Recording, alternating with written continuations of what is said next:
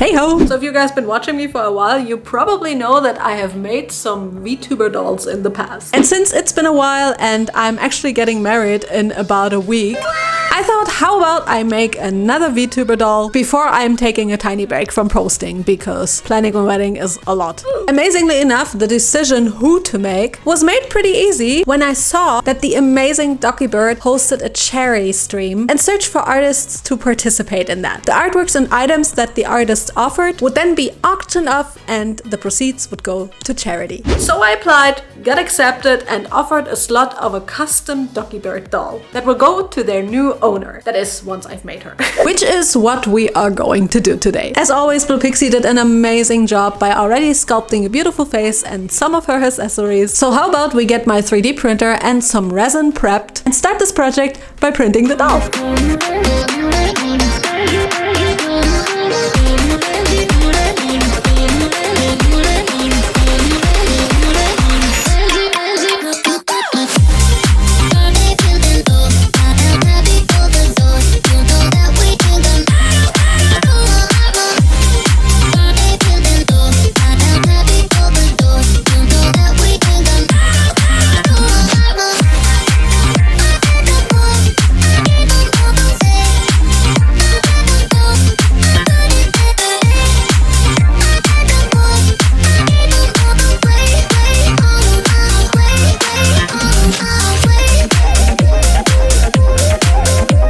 Love the little smug smile on her face, and I'm happy that the printing and assembling went so well. And now that the preparations are done, we can now actually start working on the doll. To start off the project, how about we make her wig? As a full-time content creator, I have to make sure to stay always on top of the game when it comes to trends and social media. One recent trend that I picked up was people telling their own stories through short-form content. I think the cat is coming. I wanted to learn more about this subject and then found this class from Halease Navares on Skillshare. Skillshare classes cover a wide variety of topics, including illustration, graphic design, music, marketing, and a bunch more. I've learned a lot about telling an engaging story in a short video format from this class. I will definitely implement some of it in my upcoming videos, so keep an eye out for that. Whether you want to learn the basics of watercolor painting or learn how to start your own creative business, Skillshare has classes that take you from beginner to pro alongside a supportive community. And if this sounds something that you're interested in, I have great news for you. The first 500 people to use the link will get a 1-month free trial of Skillshare. That's 30 days of unlimited, you guessed it, knowledge, completely for free. So if you want to unlock your creativity and learn something new, click the link in my description to get started today. Thank you again, Skillshare, for sponsoring this video and making me better at telling a story. And now I have to see what mischievous things my cat is doing. So let's get right back into the video. I'm the scat man! As you can see, I am using my Nova doll here because I thought the process of gluing the blonde hair would be better visible on a deeper skin tone. I prepped the wig cap already and used these blonde wefts harvested from a cosplay wig. This time I start by gluing the bangs of the wig first. An essential item that I found recently for making wigs is this matte styling wax, because with this you can really mold the hair into shape. It's amazing. To make Doki's bangs a little more spiky, I thin out the hair by vertically cutting into them and then use the styling wax and heat to mold them in shape. The curling wand is an excellent tool for flattening down the hair as well. When I was satisfied with the look, I then proceed and glue, cut and style her hime bangs. The front of her hairstyle was actually not that easy to mimic, which is why I decided to start the wig with it this time. The hime bangs are kind of like layered and it was a bit tricky to make that work. Once I was satisfied with the look on the front, I glued more layers until the middle part on top of the head and then decided to use my thinning shears to thin out the bulky hair. I then also style them in place and then finally start on the back of the head. For the pigtail look, I will glue around hair in the direction of the pigtails on the back of her head. Afterwards, it looks a bit messy, and believe me, it was, but I basically just had to pull all the glued hair into a pigtail. And then for the final layers, I prepped a bunch of folded around glued wefts, which I now will be using to create all the parting lines on the wig. This was a lot of work, and I've been working on the wig for the whole day already, and it was evening and I was pretty tired, so I did that off cam and I'm sorry. I know, I'm a great YouTuber. To make Doki's hair accessories, I cut this shape from fabric that I covered in fabric vinyl from both sides and fold it together in the middle like a fake ribbon and then sew it. To cover up the thread in the middle, I then just glue a small satin ribbon around the middle of the bow and attach the little spade charm to it that I made with my laser cutter. I also made another ribbon the same way in white, and here you can see the final wig so far, on which I now can finally attach the ribbons with some hot glue. I actually did try to make Doki's head out of fabric, but I failed miserably. So Blue came to the rescue here and sculpted Doki's head so I could then 3D print it in resin. And I then just have to simply paint it according to Doki's model artwork. I love how flawless it looks and will now also glue it to the wig so that it won't fall off and potentially break in worst case, since resin is a little bit more brittle than filament and tends to break more easily. The finished wig looks so cute already and I'm really proud of the little bows. I'm not a fan of making pigtail wigs, but I love how they look in the end. Let's paint Doki's face next. The Pixie did such a nice job sculpting it that you can already tell by the sculpt itself that it is really Dokibird. As always, I'm giving the face some sheen with pearly shimmers. You can really go a bit overboard with them, as sealing them with Mr. Super Clear later on will make them disappear a little again. I also add a little bit of blushing to different areas of the face. I know anime faces tend to look more flat, so adding a little bit more blushing than, like for example on the original artwork, really helps here. When I was satisfied with the blushing, I then go in and sketch out Doki's eyelines. Her lashes are actually super adorable because they are round, because I have never painted lashes like this before. Once I'm satisfied with one eye, I mirror it to the other eye manually and also sketch out some thin anime-like eyebrows. With a Q-tip you can make the lines look softer. After sealing the sketched lines, I then can finally go in with black acrylic paint and carefully line the lashes with it. Of course, I also have to line Doki's cute little smug smile using some gouache paint. Mistakes can be carefully scratched away with an X-Acto knife. So cute! To give the eyebrows a little bit more of a blonde look, I decided to use a little bit of pastel yellow on the middle of them, and I really like the look. For the finishing touches of the face, I'm using my favorite iridescent sparkly shimmers on her cheeks and forehead before sealing her off a final time. To make Doki's eyes, I made these tiny templates on my iPad and printed them onto some cardboard paper. I'm then taking my half sphere mold and will use the third biggest one.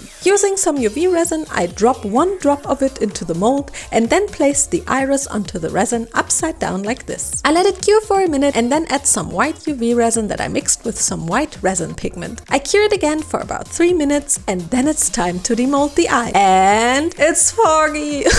Oh no! This happened because my mold might be a little old at this point, and this rhymes. But don't worry, we're here to rescue it because I can simply use some UV top coat and gloss it over. And to make the resin spread evenly, I can use a lighter and then cure it in my UV lamp. The finished eyes look like this, and I think they're really pretty and super shiny. And here is also the finished face. With some editing magic, I am now inserting the eyes, and they are just so cute. Oh my god! The face already looks so much like Doki, so I absolutely cannot wait to make her outfit next. To make Doki's outfit, I actually really had to think how to even be able to realize it. In the end, I opted to make an underdress with the white top part and a layered skirt, and then basically make a black dress topper separately. And of course, then make the jacket, accessories, and shoes. So how about we start with the underdress first? First, let's make the skirt of Doki's dress. Since it has 3 layers and little white strips on them, I decided to cut the strips from white fabric vinyl. I think fabric vinyl has such a nice and neat finish that I really enjoy using it. After cutting, I just have to weed it out, and here you can see I cut 3 ruffled pieces from blue fabric already and will iron on those vinyl strips onto them first. I press them for 20 seconds and then peel off the protective film. The finished skirt pieces look like this, and I now first need to clean up the bottom seams and bottom top seams of the smaller strips by gluing them around. As you can see, I also pulled in some gathering threads and now gathered the ruffles. It was a bit tricky to do so, but in the end they looked something like this. However, this whole skirt ended up looking not that great. So I basically had to go back to the drawing board and try to figure out how to make this skirt look better. I ended up going with the pleated look instead. So I prepped some new strips for the skirt and cleaned them up. Then I sewed the 2 bottom pleated parts to a tulle strip and then attached the top pleated part to that tulle strip. And then I pressed the pleats according to the markings on the top pleated part. For the top part of Doki's dress, I cut this white fabric piece and will attach a little facing to it on top of it. I sew it, press it and then stitch it down like this, so I can now pull in a little rubber thread through the tunnel that we just created. If you have trouble threading in threads like this through needles, a lot of TH, you can just use some tape, attach it to the end of the thread, cut it into a tip and then thread it through the needle like this. This is just such a good trick I learned recently that I had to share it with you guys. And then I just proceed and thread the rubber band into the top. When that was done successfully, I then add a gathering thread onto the bottom part of the top piece and gather it to the length of the blue lower part of the top. I pin it together and sew it finished sides in. Afterwards it looks like this, and as you can see I already pinned the back parts onto the dress as well and will now also just sew them on good sides in. And boom! A cute cat appeared!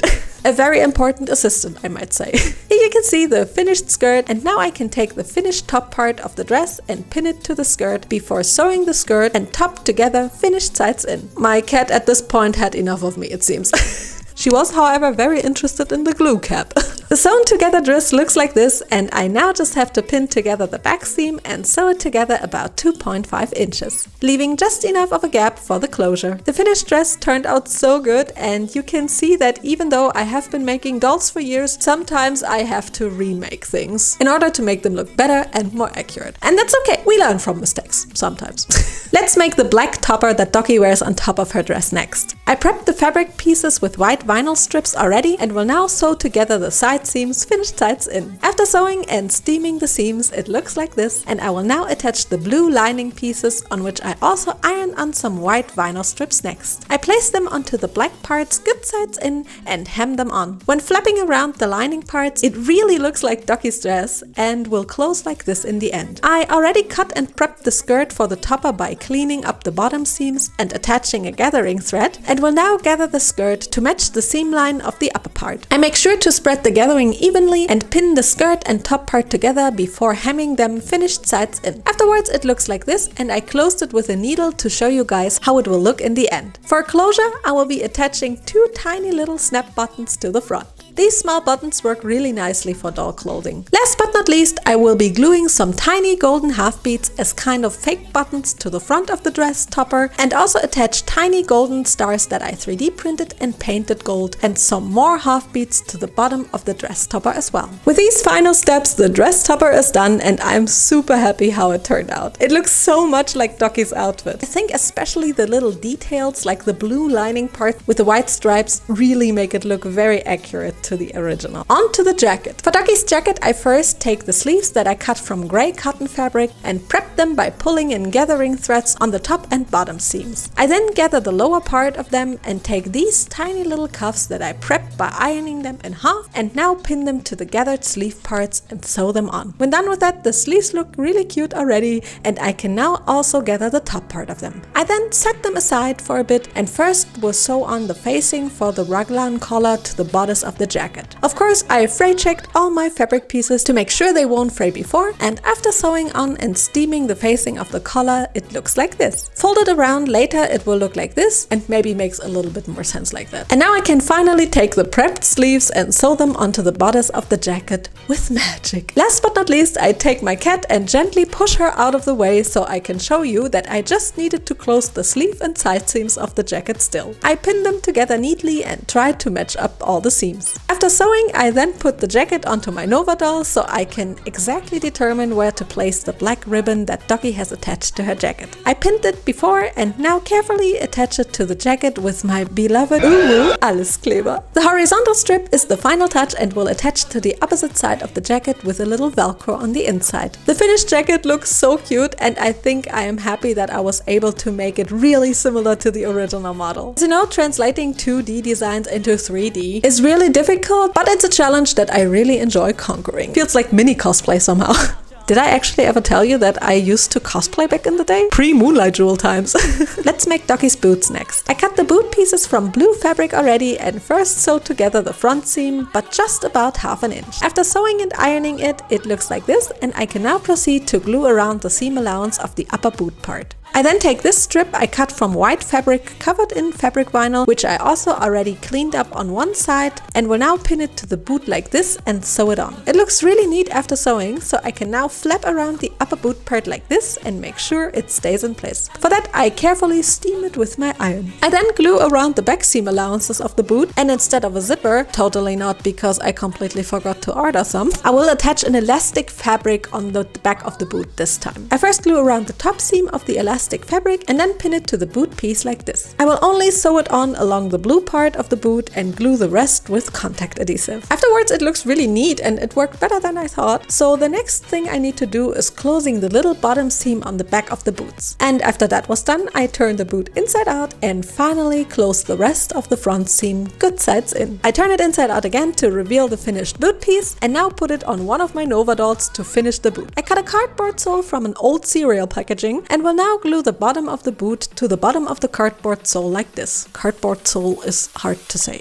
For the shoe bases, I printed these bad boys that blue sculpted and now have to paint the toe caps of them black. I also prepped these tiny buckles I cut from PVC covered in silver vinyl on my laser cutter and now take tiny pleather strips and thread them through the buckles first. As you can see, I attached one set of buckle straps to the boot already and will now do the same to the other. I simply attach them with glue and afterwards can finally glue the upper boot part to the shoe base using some Uhu all-purpose glue. Last but not least, I just attached a tiny golden star to the boot as well, and with this last step, the boots are also done. I decided to make them from fabric rather than pleather because you can see that on Doki's original artwork, the boots do actually have some wrinkles, and I think the fabric choice resembles this perfectly here. Alright, the main part of the outfit is done. Let's make all of Doki's accessories. For her stocking, I will be using an actual human tights with stripes like this and cut out the stocking pattern from it. I then clean up the upper seam with glue and then can fold the fabric good sides in and sew the back seam of the stocking. Afterwards, it looks like this and the stocking is already done. For Doki's choker, I first cut this piece from white pleather fabric and then take this tiny white lace and glue it to the upper part of the choker.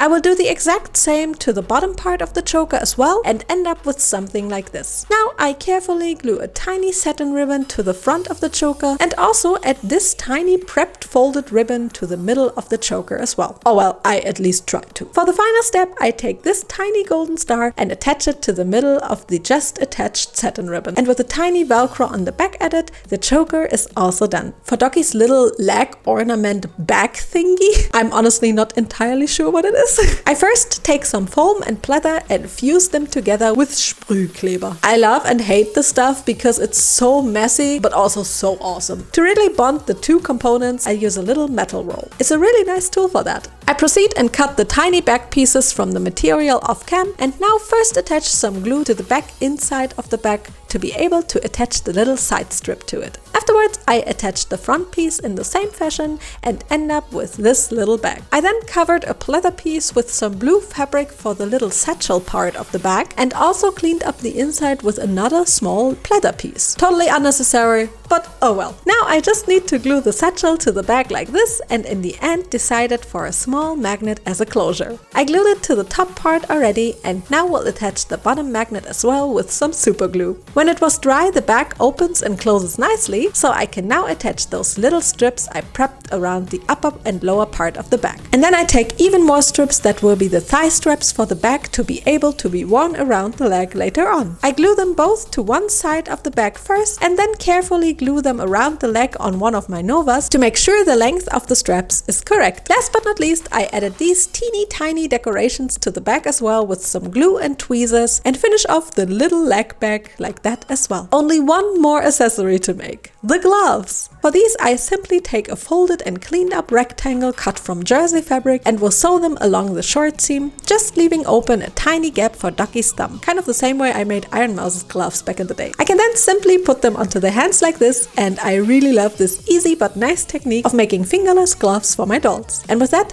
all the accessories for Dokibird's doll are finally done. Making accessories is definitely my favorite thing to do because crafting is something that I've been loving ever since I was a kid. I'm especially proud of that little leg bag. Okay, so the doll is actually done at this point, but for those of you who know me, you probably know that there is still something missing, right? Exactly, the doll stand. I have conveniently vectorized the logo already, so how about we make that stand now with a final little montage.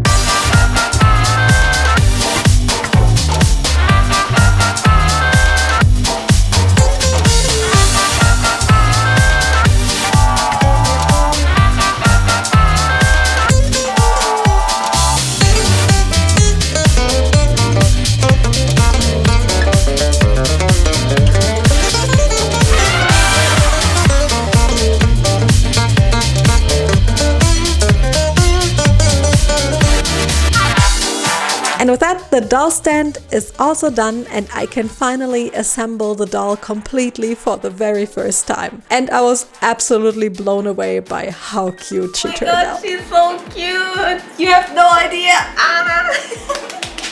Oh my god, guys, I just put her together and she is everything. But I know, you're probably dying to see her. So, presentation time! Yay! いいわよ、別に。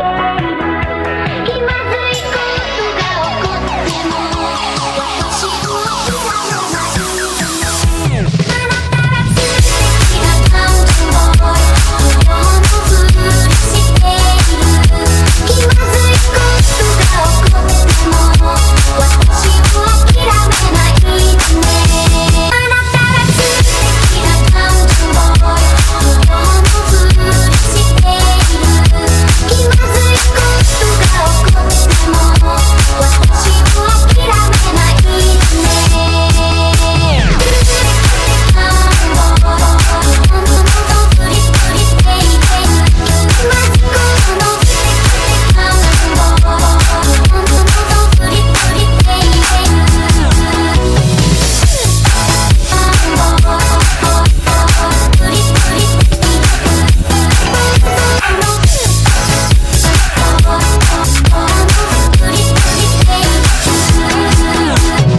And here's my finished Ducky doll, and I hope you love her as much as I do. I also hope her new owner will be super happy with this doll as well. As I stated in the intro, I will be going on a tiny little break because I'm actually getting married in a week and planning a wedding is a lot. But don't worry, I will be back soon with the next Monster High redesign, which is going to be Abby. I've been looking forward to make her for so long. Big shout out as always to my lovely patrons. You guys are absolutely amazing. Thank you, thank you, thank you. Alright, see you guys soon, and next time I can officially call myself a waifu. Bye!